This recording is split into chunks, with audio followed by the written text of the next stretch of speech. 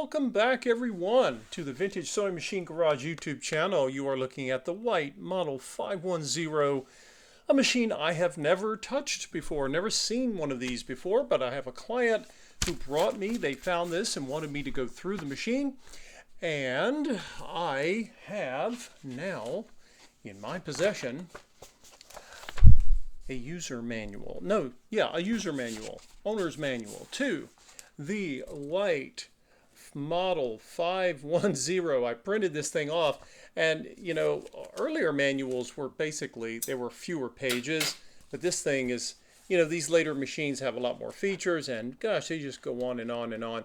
Now, I have mentioned before to all of you that, well, the manuals that come in the 60s and the 70s, they typically, and I have to underscore that word, typically, are larger, somewhat easier to read. I say somewhat.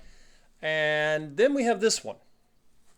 Now this manual has all kinds of information, but today I'm going to focus on the area where it says, we think, how to thread the machine. I have not threaded this machine before. I've threaded many machines in my restoration career, but I would like a little guidance if possible. And we're going to see how much guidance this manual is going to give. So I come to this page 11, and it says upper threading. Now, those of you who've ever gotten a machine and had to follow, you know, you feel lucky to have the manual, and you definitely should. There's a lot of useful information. So I'm looking at this, and of course it has directions and it has a picture. So we come here, you know, the threads in the back, you come here, you come down. Obviously the presser bar should be, or the presser foot should be up, and we're going to come across. Now, this is where things get a little strange. It says, lead the thread from the spool as illustrated. There's the spool, right? And then it says, the presser foot should be in a raised position. Yes, got that.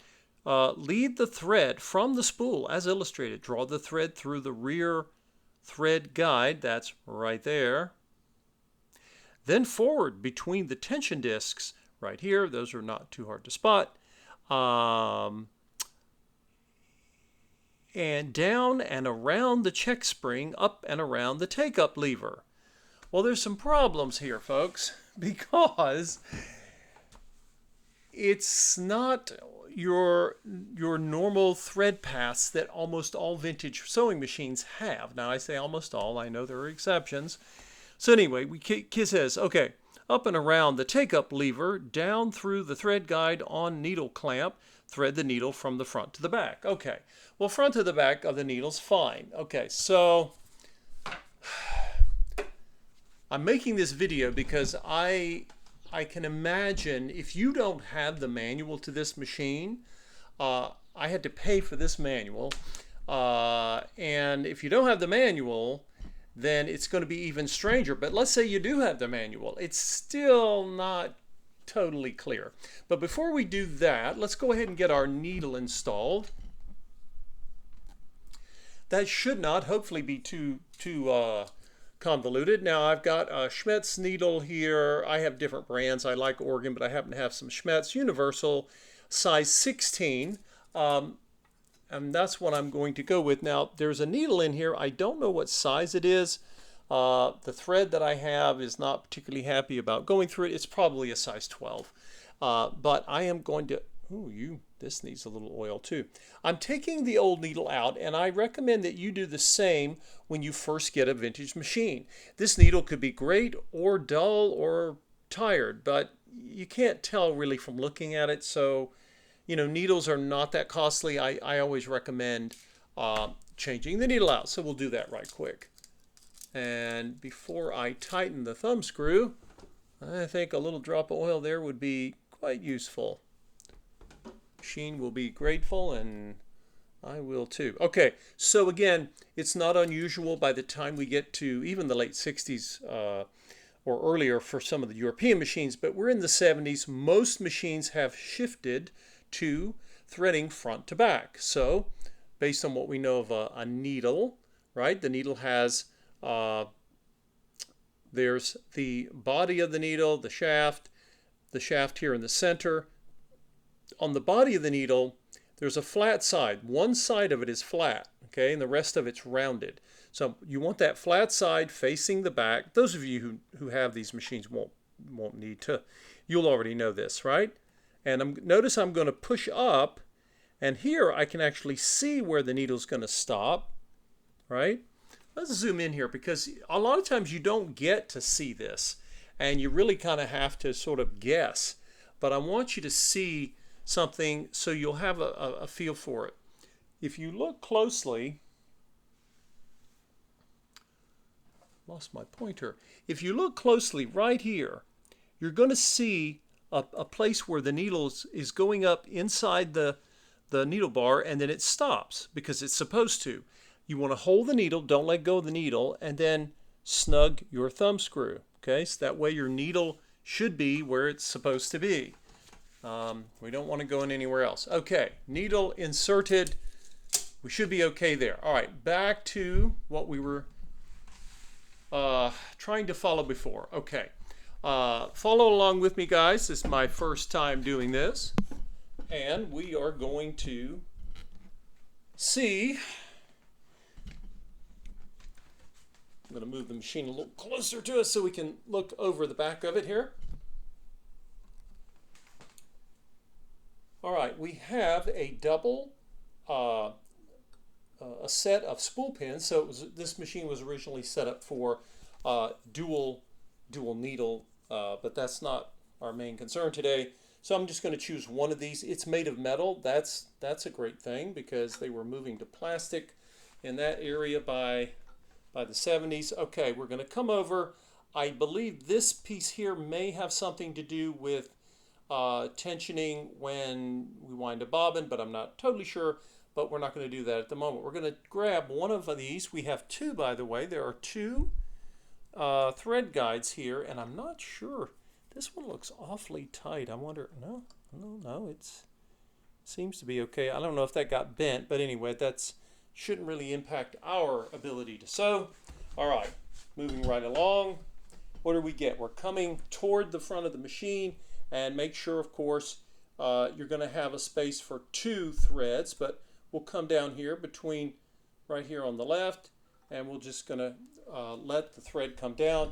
I will need a felt washer on my thread spool eventually, but for the moment, we're okay. I want to focus just on the threading here. Okay, now, the manual says make sure you have your take-up arm up above the red line, right? So it is. Okay.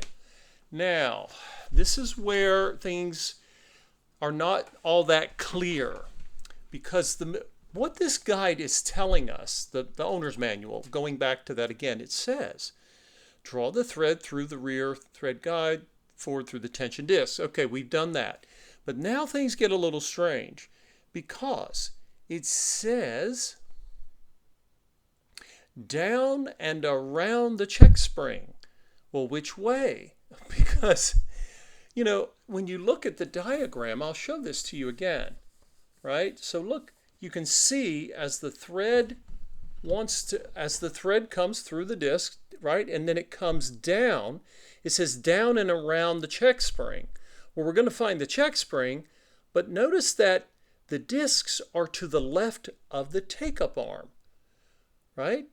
So it looks like, I think, give me something to point with here. Okay, so the thread comes in the drawing, it comes down, right? Presumably the check spring, I'm thinking, is somewhere in here. But then it comes down, but then it's coming over here. So, you know, it didn't hit the take-up arm because remember, the take-up arm normally gets threaded in a sewing machine after the tension disc, and that is true here. But it's not making the letter J. It's kind of doing something else. It's going over to the right, which is not something I've commonly come across. Don't think I've ever come across. Okay, so then after you finish that, you come down and there's another thread guide, and then through the needle. So where the manual leaves us a bit confused, or leaves me confused, maybe not you, but me, it is the fact that it just says down and around. Well, what does that mean? I tell you what, we're going to try this, guys, and let's see. We're going to take what the manual gave us. Grateful for the manual, yes. And now we got to figure this out, because remember, the take-up arm is right here. Right? It's not over here, it's right here.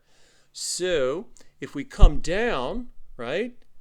And normally you don't really need to, I don't think you need to have this little door open, but well, let's try it with the door closed just to see. So it says down and around. Well, if my take-up arm's here, and if I come down and go, towards the left, like the letter J, now I've got a thread coming up, but now what? No.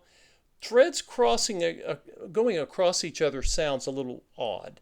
So again, my pressure bar's up, so I can, come here, thread. So I'm gonna do something I don't believe I've ever had to do before. I'm gonna take the thread, okay?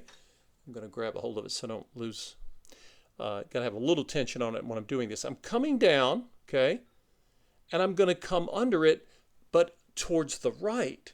Now this is the opposite of what I'm used to doing. Okay, now let's turning the machine this way. Got to get a different angle here for you, because by the 70s they've started getting clever, or so they thought. They've hidden the take-up arm, made it flush. I don't know if this was for styling or what. But this take-up arm should, I believe, yes, it has a hole for the thread to come through, but there's a slit in the back, right? There's a slot. So we're going to try that. We're going to come up here, and I'm going to come. Now remember, I'm thinking, you guys correct me if you think I'm off base here. If I come on the right towards the left and hook it, then I'm going to have my thread. Let's do that. If I come over here, okay, I just did that, but now look what I've done. I've created a crossing of the thread, and that just doesn't quite, I don't know. My instincts tell me that's not a good idea. Could be proven wrong, would be the first time. Okay, I'm going to come on the left side of the take-up arm and come around. Thankfully, they do have a slot in the back, so you don't have to sit there and try to, I don't even know how you would get it into the hole in the take-up arm. But anyway, so now, all right, you guys with me? I know it seems strange, because it's strange to me. I don't believe I have ever, you guys tell me, you've seen, you know more about my videos than I do these days. I've made so many videos. I'm wondering if this is the first time I've ever had to thread the upper tension of a sewing machine, and instead of making the, going from the right towards the left, like the letter J, I'm actually going in the opposite direction, if that can even be possible. All right, so now, I wonder if this thread here,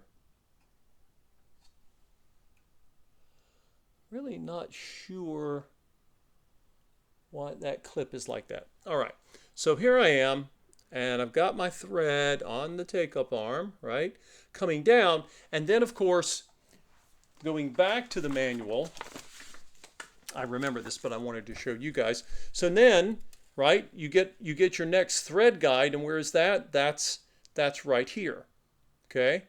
And then of course we have one more thread guide. Sometimes you can miss them. They're really tiny. They often will hang out near the needle clamp. Pointing correctly. Here's the one on the needle clamp. Here's the next one I think we should have.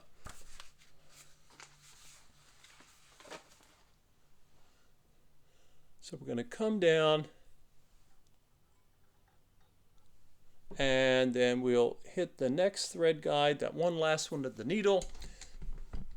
And if I've done this correctly, that's a big if, we're going to, wait a minute. Oh, I just noticed something here. That's not good. All right. You guys see the tension, you will if I point to it in the correct way. Here's our tension assembly dial, right? But notice you got to be careful because this door, man, it really, I don't know if my door is off. You know what? I have a feeling that someone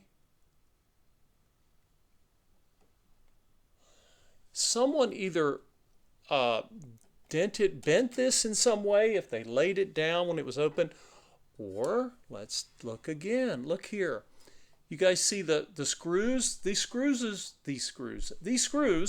are for the hinge of the door. And the hinge is fairly substantial for a sewing machine hinge. But I think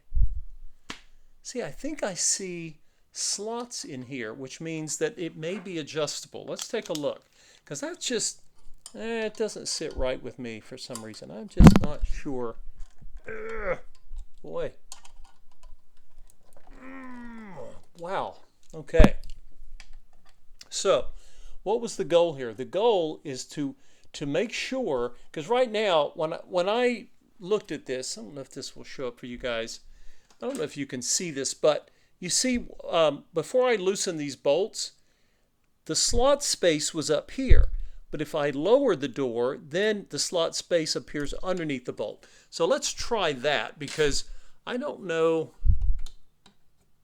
Yeah, it should not have been hitting the the tension dial here. That would not. That's a bad thing long term. So let's get that fixed.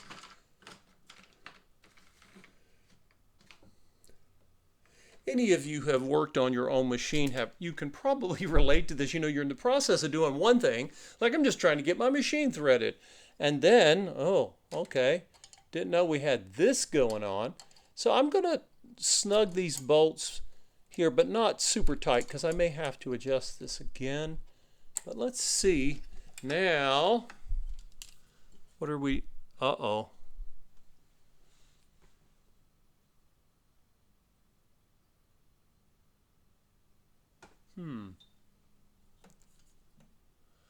Yeah, I'm not liking that. Well,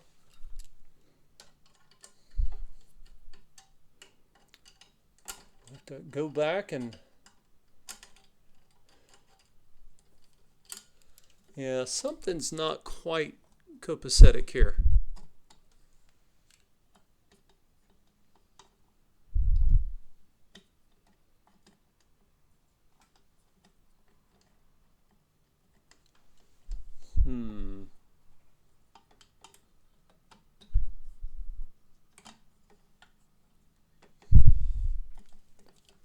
All right.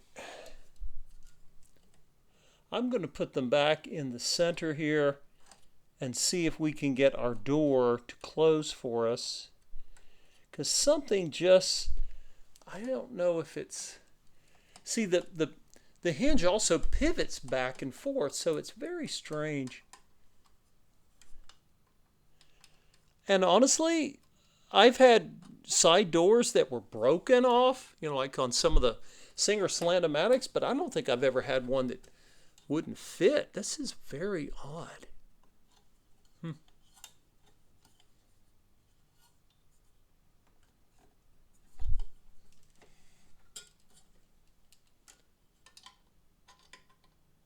If your door fits, you have no reason, there's no reason why you should have to loosen yours, so don't feel like you have to. I just want to make sure that we are going to be in a good position here so we don't damage the dial. And it's obviously was designed to be adjustable for whatever reason. I don't think I've ever seen one that was truly adjustable.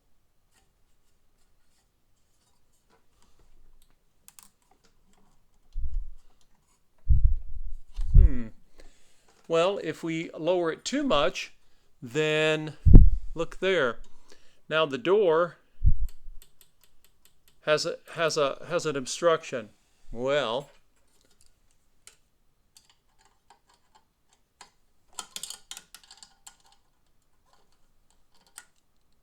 I'm going to loosen these just enough to see.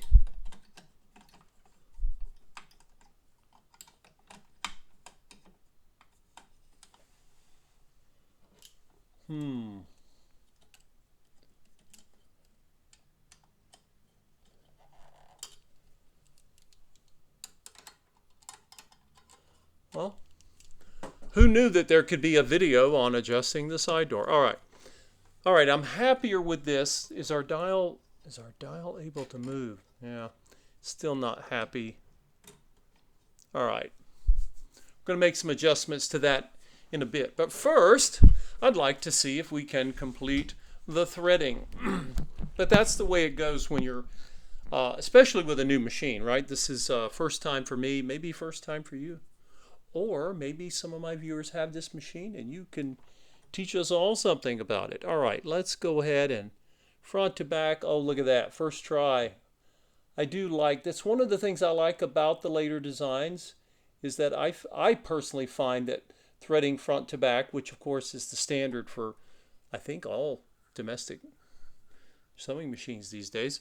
All right, let's see if we can get our bobbin thread. There you are, bobbin thread. Come on up there and join us. All right. Let's see here. Whoops. Make sure I've got my thread out of the way.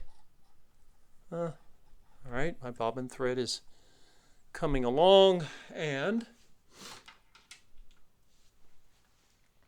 of course can't do without our presser foot.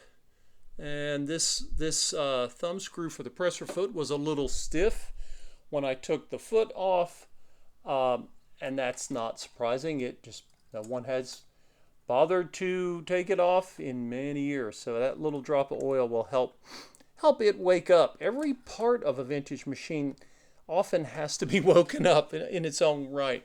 Okay, I'm not ready to plug it in just yet because, why? I want to go back and double check my settings here. Okay, so we have it on the longest length. Now it says stretch stitch, but I don't know that this is automatically going to do a stretch stitch. I haven't read the manual on that part. But okay, so we got 5 as the longest stitch length. Let's go there. We have our needle position in M for middle. And then I'm going to set stitch width to 0 because those of you who know my channel know that when I'm testing a machine for its stitch capability, I really like to start with just a plain good old-fashioned lock straight stitch on the longest length, because if there are issues with the stitch, they're easier to perceive, not only for those of you watching this through the camera, but for me to see them as well. Although I do have 2 different colored threads. All right, let's go ahead and we'll flip open the oh, there it is. The sewing deck. How about that? All right. Okay, now we're going to start with our tension on 4 on the dial, and of course it's lined up with the little red mark there. Okay, so let's see. I have no idea what this is going to do, but let me get the foot pedal and power cord. Okay, guys, I've got the cord. I want to show you something. Most sewing machines have plugs that attach one way, not any way. They're not usually that flexible. And so, you know, you look at this, you think, well, the pins are spaced nice and even, so are the holes in the plug. What's the problem? Well, look at the shape of the plug, right? It's flat across the top, but then it has some slot spaces here. And if you look at the plug, if I lower this down, then we know that we need our little slots here in the plug to go to the bottom. This may not sound important, but if you're sitting there doing this thinking what's wrong, it can happen, right? There we go. So now I'm curious. This is the first time plugging, powering up one of these. I'm very curious to know if the light is designed to come on automatically. I don't see a light switch, so I'm willing to bet that just like the Kenmores and many machines from the era, not just Kenmores, a lot of the Genomes, I think that the way they are set up is, for whatever reason, it's just the way they're wired. I don't know if it was a cost-saving measure or if they just decided, oh, the heck with it, we'll just have the light come on when people, power the machine up. So that is entirely possible. All right, now let's get a little bit more perspective on things here.